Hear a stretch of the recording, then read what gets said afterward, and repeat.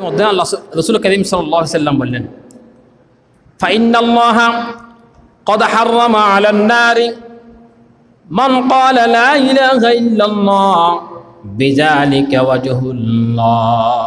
ফাইন্নাল্লাহ নিশ্চয়ই, হাররামা আলান নার যে ব্যক্তি আল্লাহর সন্তুষ্টির জন্য বিশুদ্ধ ঈমান নিয়ে লা ইলাহা ইল্লাল্লাহ বলবে, আল্লাহ তাআলা তাকে জাহান্নাম থেকে বাঁচিয়ে দিবেন। সুবহানাল্লাহ।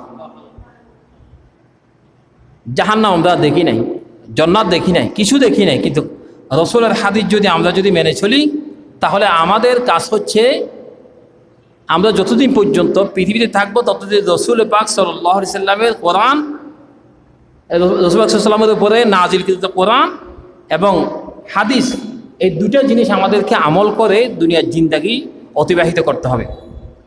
অন্য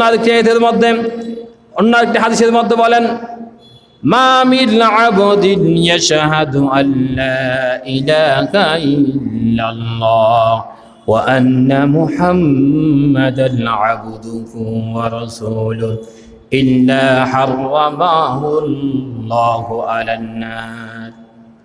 হে আমার উম্মত, শুনে নাও, যদি কোনো ব্যক্তি বা কোনো বান্দা যদি সাক্ষ্য প্রদান করে আল্লাহ ছাড়া কোনো ইলাহ নাই এবং মুহাম্মদ সাল্লাল্লাহু আলাইহি ওয়াসাল্লাম আল্লাহর বান্দা এবং রাসূল, তার জন্য আল্লাহ তাআলা জাহান্নামের আগুন হারাম করে দিবেন।